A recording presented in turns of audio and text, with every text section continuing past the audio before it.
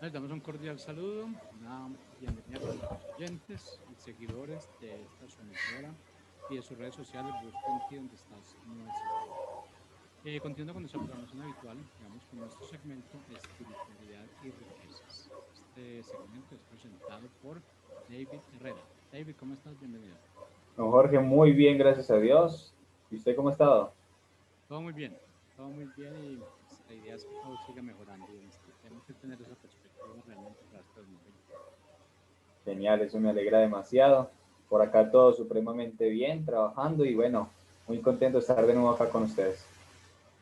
Bueno, adelante con el tema de hoy, David. Listo, don Jorge, muchísimas gracias a todos nuestros oyentes. Mil gracias por estar conectados y bueno, vamos a seguir aprendiendo el día de hoy. Vamos a continuar con el tema de presupuestar tu dinero.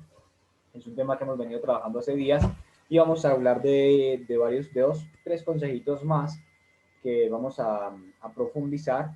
Hace 8 días el último consejo que quedamos en el tema de presupuestar el dinero es que el presupuesto o, el, o las prioridades que tenemos nosotros en nuestras finanzas debe ser el tema de ahorros para invertir, el tema de donaciones y el tema pues también de ahorro a largo plazo para nuestra libertad financiera. Se deben convertir en nuestras prioridades, es decir, en nuestras obligaciones.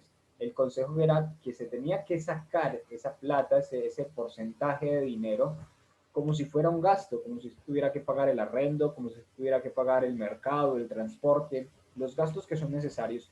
Esto se tendría que convertir en una parte de gasto, o sea, es decir, conforme llegue el sueldo, usted lo reparte o su salario, sus ingresos, como los tenga, ¿cierto? Dependiendo obviamente de su actividad, y que cuando llegue ese dinero, de una vez usted sepa diferenciar y sepa sacar ese dinero para la meta que la tiene planeada. No sea que usted diga al final del mes, cuando me sobre, cuando ya acabemos y miremos a ver qué sobra, ahí sí sacamos para invertir, ahí sí sacamos para ahorrar. Porque cuando no se convierte en prioridad, pues obviamente el dinero no va a crecer, no va a fructificar y bueno, vamos a seguir en el mismo proceso, en la misma carrera que vamos llevando. Entonces la idea es que se convierta esto en un gasto y el día de hoy vamos a dar dos consejos más de esa parte de presupuestar el dinero antes de pasar al siguiente tema de este inteligencia financiera, de IQ financiero, para que ustedes tengan en cuenta cómo se van o cómo se deben ir preparando ustedes financieramente o en lo que hacen, en lo que gastan mes tras mes para poder salir adelante realmente. Obviamente esto es un proceso de, primero, de información, de conocimiento, y después de que ustedes pasan un tiempo viendo este tipo de información, viendo este tipo de cosas, van a hacer conciencia. Luego que hacen conciencia, lo llevan a la práctica. Después de que se lleva a la práctica y se lleva el proceso de la práctica, vienen los resultados. Como siempre lo hemos dicho, es un proceso que no dura un año, no que dura dos, sino que como mínimo tiene que durar 5 años de educación constante, de trabajo, de esfuerzo, no solamente en el trading, que es mi profesión, sino en cualquier aspecto de la vida. Ustedes tienen, para montar un negocio, solamente se sabe si sobrevive o no sobrevive después de los primeros 5 años. Es decir, que es una ley. ¿Por qué? Porque en 5 años se experimentan casi 10.000 horas de experiencia y un piloto de avión se vuelve piloto profesional cuando ya lleva 10.000 horas de vuelo, cuando ya en realidad ha tenido la experiencia en su campo y ha hecho las cosas bien. Entonces lo mismo pasa en las finanzas. Ustedes solamente con ver una clase y con organizar una que otra cosita en sus finanzas, en sus ingresos, en lo que invierten, de pronto porque se compraron un libro, no significa que las finanzas les van a mejorar ya. Tiene que haber un proceso de investigación, tiene que haber un proceso de educación, tiene que haber un proceso de salir adelante. Entonces, esto es supremamente importante que ustedes lo tengan claro, porque en este consejo número 2 vamos a hablar de la bola de cristal de mis finanzas. La bola de cristal, como lo conocemos normalmente, lo utilizan lo que llamamos las brujas para adivinar el futuro, para adivinar lo que está sucediendo con X, Y persona o X situación, ¿cierto? En nuestra bola de cristal de las finanzas vamos a hablar de nuestros gastos. ¿Por qué? Porque dependiendo de nuestros gastos actuales, nosotros vamos a saber cuál va a ser nuestro futuro. Con lo que usted gasta en este momento, yo le puedo adivinar cuál va a ser su futuro, pero su futuro financiero, hablando en finanzas. Ejemplo, vamos a tener dos personas en este ejemplo, en la persona A, persona B, en las cuales vamos a ver cuáles son sus gastos y qué futuro le pone a esta persona, qué futuro se le prepara para cada uno de estos dos ejemplos. Y en base a estos dos ejemplos, ustedes tienen que medir sus finanzas y tienen que ver cómo van. ¿Sí? Listo. Entonces, la columna de los gastos es la bola de cristal de las personas. Los gastos mensuales predicen el futuro de cada uno. Entonces, la persona A, en sus gastos, tiene muy buenas las prioridades tal cual lo hemos enseñado nosotros, como lo hemos enseñado acá. Entonces, en sus prioridades, en los gastos, tiene una donación a la iglesia, que es el diezmo, tiene un ahorro, tiene otra parte para libre inversión, otra parte ha invertido sobre un libro. ¿Cuánto? No sabemos, pero ha invertido en un libro. Después, a mitad de quincena, se ha comprado un seminario de inversiones.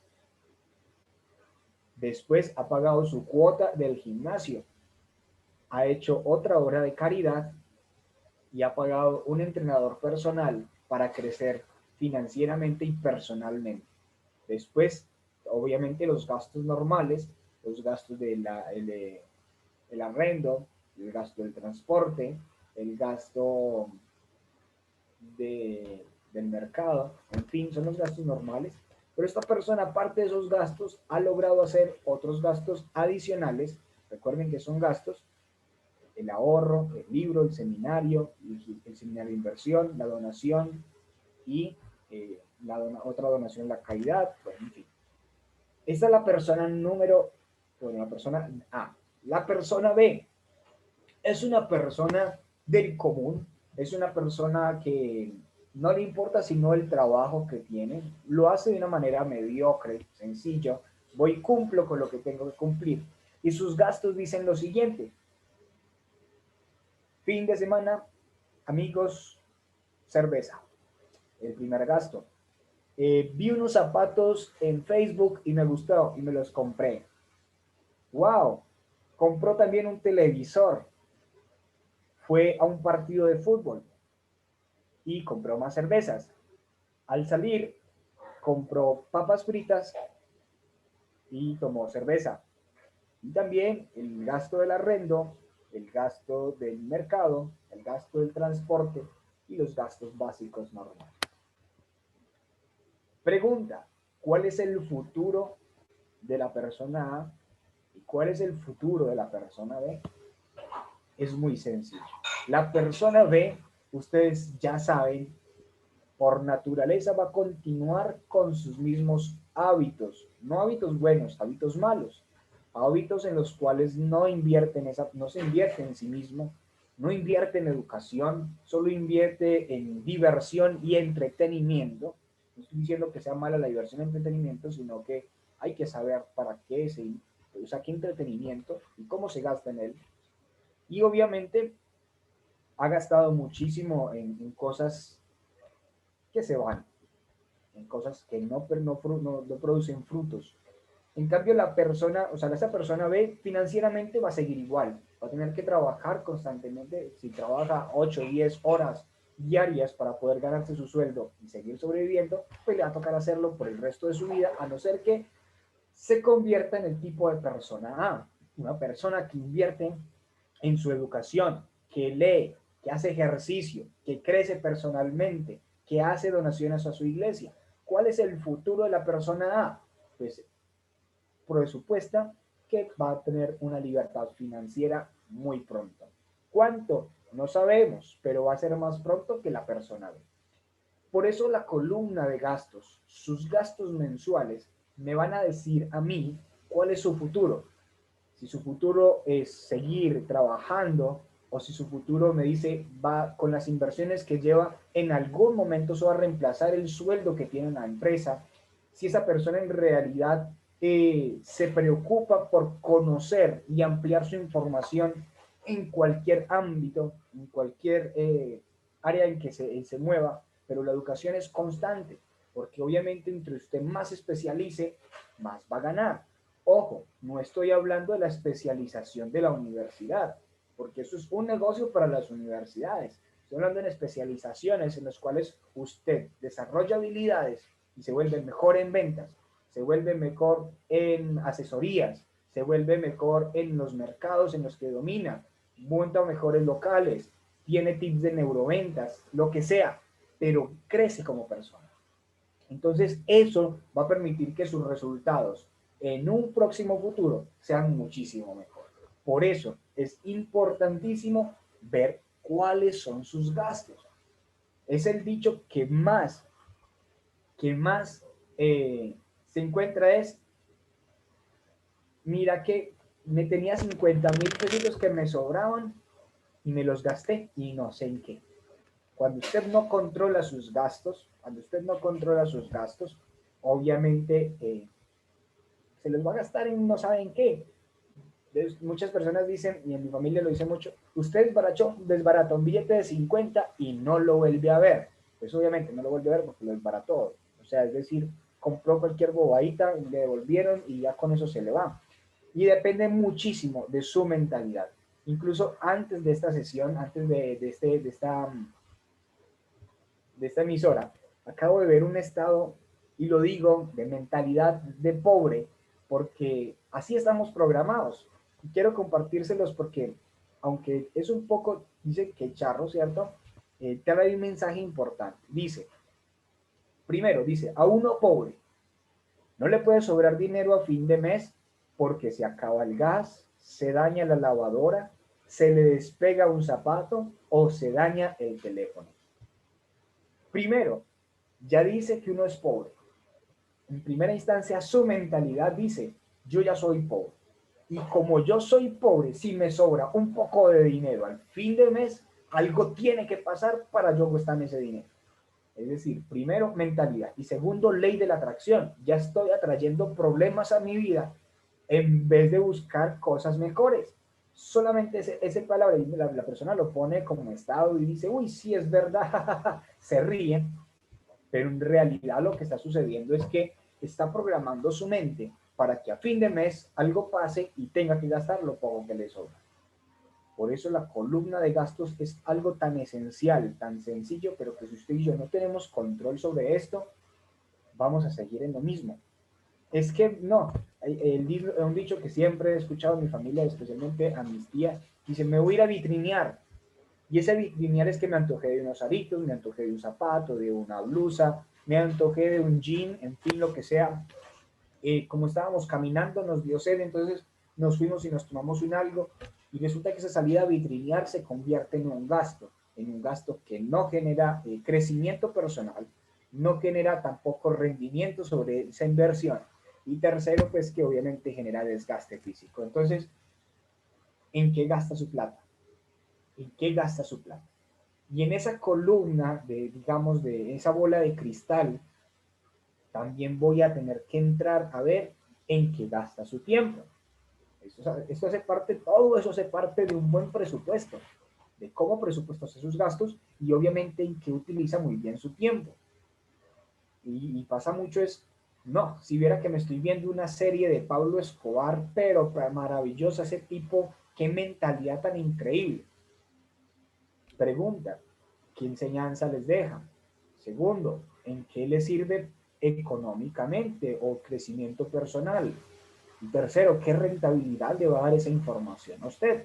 Porque es que esa es una serie como de 50, 70 capítulos y cada uno de 1 hora. ¿En qué invirtió usted esas 70 horas? ¿De qué le sirvió? Y vuelvo y decimos, la pobreza es la suma de horas mal utilizadas. Todos tenemos las mismas 24 horas, multimillonarios, ricos y pobres. Simplemente es qué hacemos con esas 24 horas. Entonces, en esa bola de cristal, cuando usted yo le pregunte cuáles son sus gastos y en qué gasta su tiempo, yo le voy a decir, ya sé cuál es su futuro, especialmente su futuro financiero. Y obviamente su futuro personal, porque uno va empezando a descubrir si una persona en realidad le va a ir bien, incluso en su pareja, incluso en sus negocios, incluso en su trabajo, en su forma de vestir, en su forma de hablar, uno va a saber qué resultados va a tener y cuál va a ser su futuro. Por eso, gastos, consejo número 2, son su bola de cristal. ¿En qué gastan? Y el número 3 es un consejo ya un poco más avanzado. Este consejo es pagar los pasivos con sus activos. Volvemos a recordar términos. Pasivo, aquello que saca dinero de mi bolsillo. Activo, aquello que pone dinero en mi bolsillo.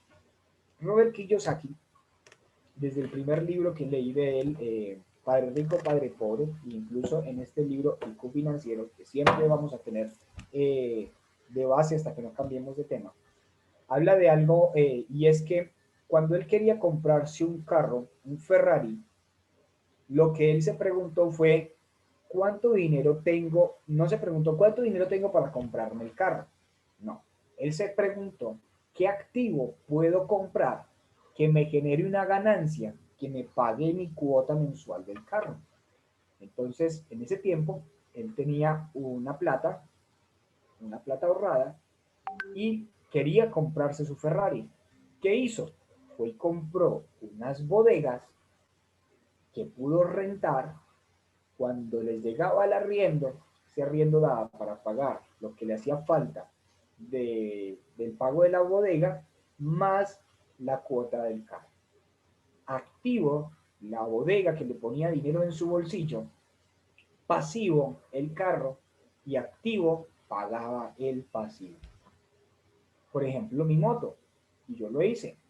Mi moto me cuesta una cierta cantidad mensual, porque todavía la estoy pagando. No me da miedo decirlo, todavía la estoy pagando. Pero hice una inversión en la cual la rentabilidad de esa inversión me pagara la cuota de mi moto. Inversión, un activo. Moto, pasivo. El activo, la rentabilidad de mi inversión, me da lo que necesito mensualmente para pagar mi moto. David, ¿cómo hace para pagar su moto? No tengo que hacer absolutamente nada. Simplemente invertí, la rentabilidad que me genera, paga mi moto. No tengo que ir a trabajar, no tengo que vender mi tiempo, no tengo que esforzarme, simplemente inteligentemente. Los activos pagan los pasivos. Entonces, la pregunta que ustedes deben de hacerse o adquirir al momento de que quieran comprar algo es qué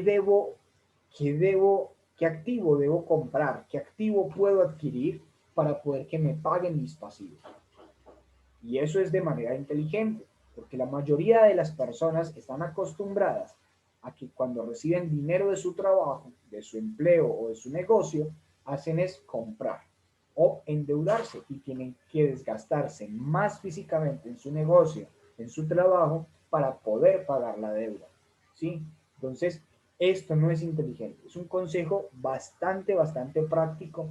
Me parece que lo he explicado muy fácil. Igualmente, cuando ustedes empiezan a leer, van a encontrar muchos ejemplos similares a este, en los cuales van a poder ilustrar cómo un activo debe pagar su pasivo.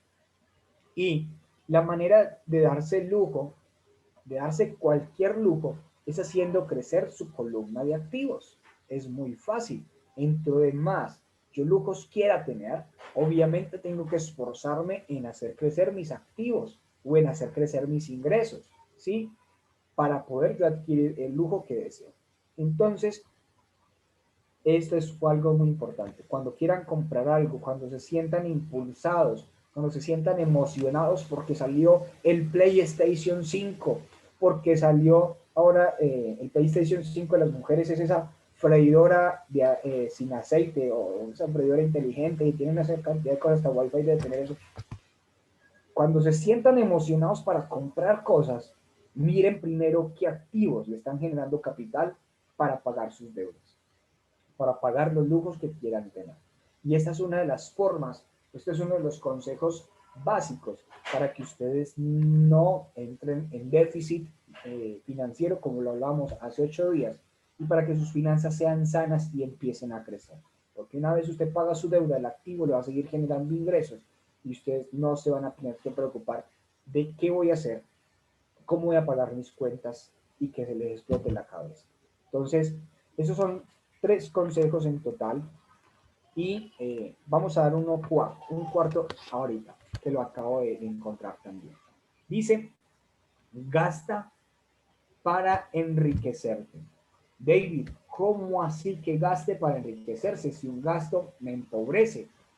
Pues resulta que hay gastos que son para que usted crezca. Y esos gastos los nombraba ahorita en la persona A. Cuando usted se compra un libro que le ayuda a usted a crecer, a aprender técnicas de ventas, técnicas de su negocio, algo que le ayude a servir, que le sirva, perdón, para producir más en cuanto a finanzas, eso es un gasto para enriquecerse. Un gasto para enriquecerse. Cuando usted se compra un libro,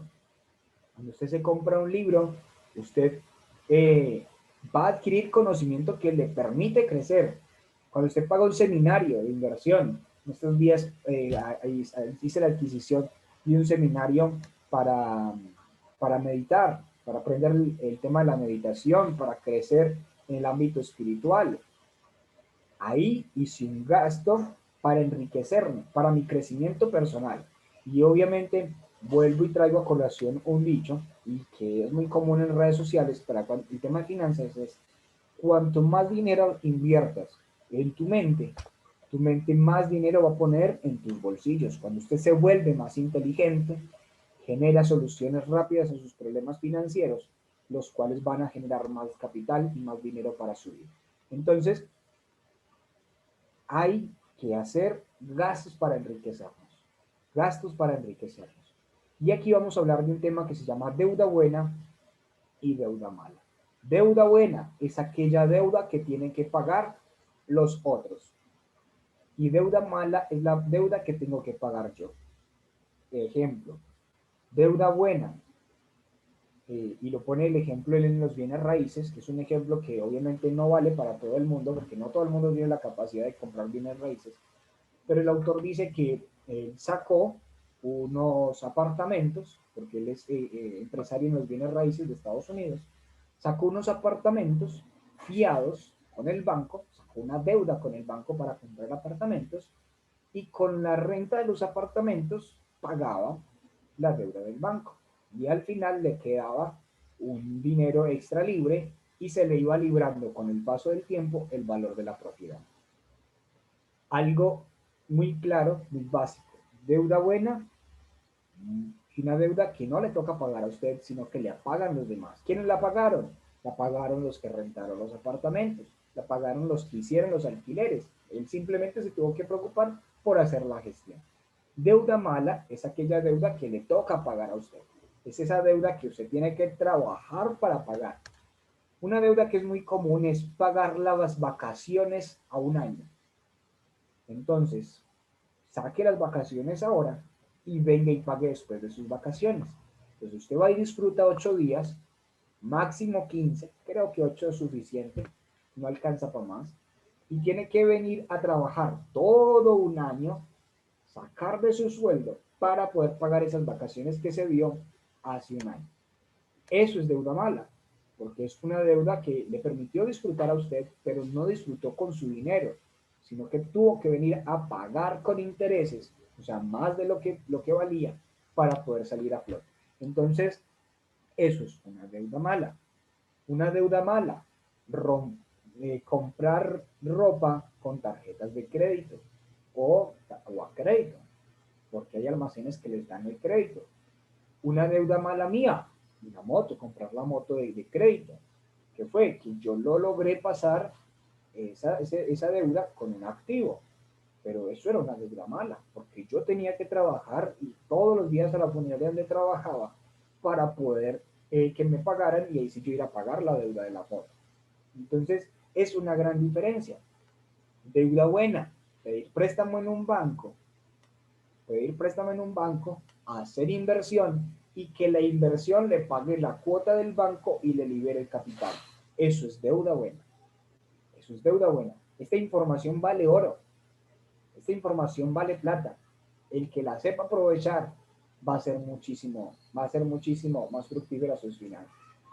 Deuda buena, deuda mala. Supremamente importante. Y algo que quiero dejarles, además de estos consejos, es recomendarles un libro cortico, se llama ¿Quién se ha llevado mi queso?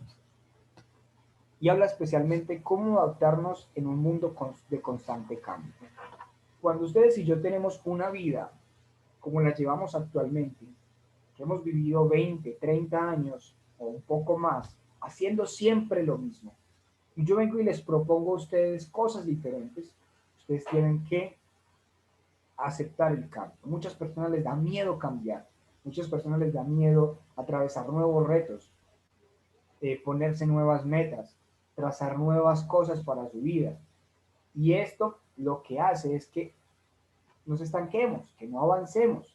Y este libro, especialmente, ¿Quién se ha llevado mi queso?, trata del cambio. Y no les quiero contar mucho de lo que se trata, pero básicamente es, el cuento habla de unos ratones y unas personas que iban a un lugar a comer queso y que como habían tanto queso, creyeron que nunca se les iba a acabar. Cuando se les acabó porque se lo consumieron todo, no se dieron cuenta con anticipación de que se les iba a acabar. Cuando un día llegaron, de pronto ya no había queso y tuvieron que salir a buscar más queso. Los ratones por naturaleza salieron de inmediato a buscar más queso, pero las personas se dificultaron al momento de decir qué pasó, dónde está, por qué me hicieron esto, qué debo hacer, esto no se puede quedar así, no me merezco esto, eso es una estafa, quién me robó el queso, en fin, lo que fuera. Y una cantidad de preguntas más negativas, más de actitud negativa.